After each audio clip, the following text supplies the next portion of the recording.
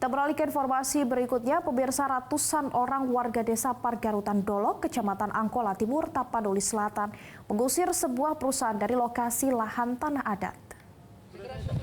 Sempat terjadi perdebatan antara warga dengan pihak perusahaan yang sedang melakukan penanaman di lokasi. Warga bersikeras alat berat dari perusahaan yang sedang melakukan penanaman untuk secepatnya meninggalkan lokasi tanah adat.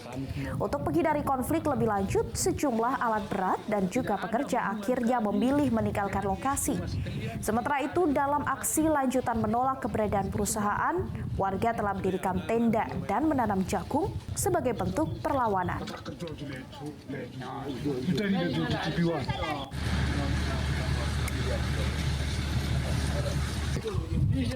Jelajahi cara baru mendapatkan informasi. Download Metro TV Extend sekarang.